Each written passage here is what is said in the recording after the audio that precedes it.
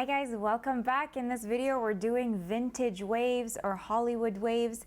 This is by far probably the hardest hairstyle I've ever had to learn how to do. I created this technique myself. I will take credit for it. So here we go. The first thing you want to remember is that when you're sectioning the hair, you want to take it in diagonal sections. As you can see from that section that I just took at the nape of the neck, I'm going diagonal with the round of the head. So I'm not taking straight across sections. I'm using a 1-inch barrel curling iron. This is Hot Tools. This is the best size for vintage waves. This is perfect. Like, you don't want to go any larger than that. And I'm flat wrapping the hair. So first of all, you have to remember that every section has to be the same size as the barrel. Don't take sections that are too big or too thick because the heat is not going to go through. And when you prep the hair, you want to make sure it's in a really good condition. So a lot of times artists will prep the hair with hairspray. Because of the mannequin hair is a little bit more difficult to work with. This one's been under a lot of stress. It's a little bit compromised. So I used a little bit of Moroccan oil serum and a little bit of detangling spray. So I needed more condition than hold. If you have hair that doesn't hold curl, you want to start with a hairspray of some sort, a setting spray that holds the curl. So as you can see in the video, I'm going with the round of the head and I'm taking every single section diagonally. So even when I go to section every curl, I'm not taking sections vertically. I'm not splitting the hair vertically. I'm splitting the hair diagonally. What this does is that it allows the curl to flow over really nicely, and then it will be able to flow with the rest of the curls and blend in with the rest of the curls, so there's no lines. That's the main thing with this technique, is that you have to make sure that there are no lines.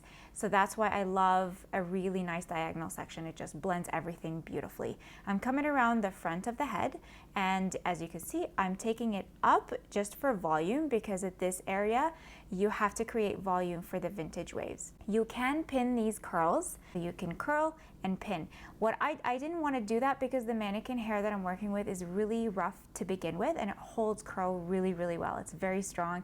So I didn't feel the need to pin the hair, but feel free to go ahead and do that. That's probably the most proper way to do it if you are working on a client. Now, what I also wanted to mention is that when you are doing vintage waves, flat wrapping is not the only way to curl the hair. So I did this because I was experimenting, and I also wanted to get the ends of the hair, but a lot of times when we're doing vintage waves, you want to twist the hair. So you would grab the hair, twist it, and then twist it again on the barrel. So you have really, really nice twisted curls. Around the front of the head, I'm pushing the curl away from the scalp so that it's off base, so that it's creating more volume at the root. Here I could have pinned it so that I could have created a very strong vintage wave, but I chose not to, just because she has so much hair to work with. When you're flat wrapping, I love to start in the middle of the hair, so always start in the middle of the hair, wrap it around the curling iron, and then take in the ends, and then take it up into the roots. The reason I do that is that you don't want to start with the end of the hair, because the ends of the hair are always going to be more compromised than the rest of the hair, because the ends of the hair are always more dry. They're probably compromised from hair color. It's just older hair, so you don't want to subject the hair to more heat and damage. Always check the temperature of the heat of the hair when you are curling the hair. You want to make sure that it's not going to be too hot, and just when you feel the heat, you can take it off and then just wiggle around. Don't touch the hair.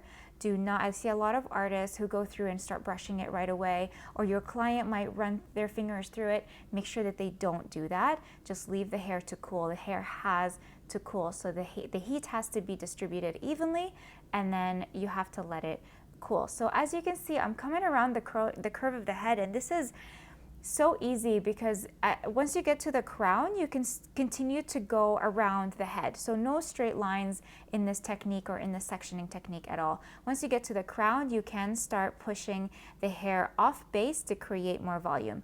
But don't do that around the face, just because nobody really wants volume around the ears. It's not very pretty. This is the side that we're going to pin back later. So when you're doing this look, a lot of times clients just want that side to be pinned back. When you go to brush the hair, I'm using a BOAR brush by Kevin Murphy, which is my absolute favorite brush. This is the most fun part. I allowed the other side to cool while I was brushing the front. And this is the part where the curls are gonna come together. Some of them might split. The more you do this, the better you will get at it. You will get better at using this technique with different hair types, and you're gonna understand how the curls are going to behave the more you practice. So what I did here was I popped in a really nice pin. This is from Walmart, nothing fancy. And this is a really fun part where it goes to refining. Refining is so important. You want to take your time refining your technique and your hairstyle, because this will make or break your hairstyle. It will either, the curls can end up splitting, and then you're not gonna feel very good about your work. I'm using a tail comb to refine the hair, and I'm also pulling away the hair so that it fills in the gap, and I'm using a strong hold hairspray to create shape and to really sculpt the hair. You wanna be able to sculpt the hair and sculpt the curls and really create shape. This is the most fun part, but it's also the most critical, because if you just leave the hair to just sit, it's not gonna sit. If you have a great client with beautiful hair, it might work, but refining is so important. Even when you're doing an updo, it's really important to refine the hair and make sure that it's exactly how you want it to sit, where you want it to sit, that every hair is in place. So on one side, the hair is away from the face, and on the other side, it comes towards the face. That's why I love this technique. Thank you guys so much for watching. I'll see you in another video.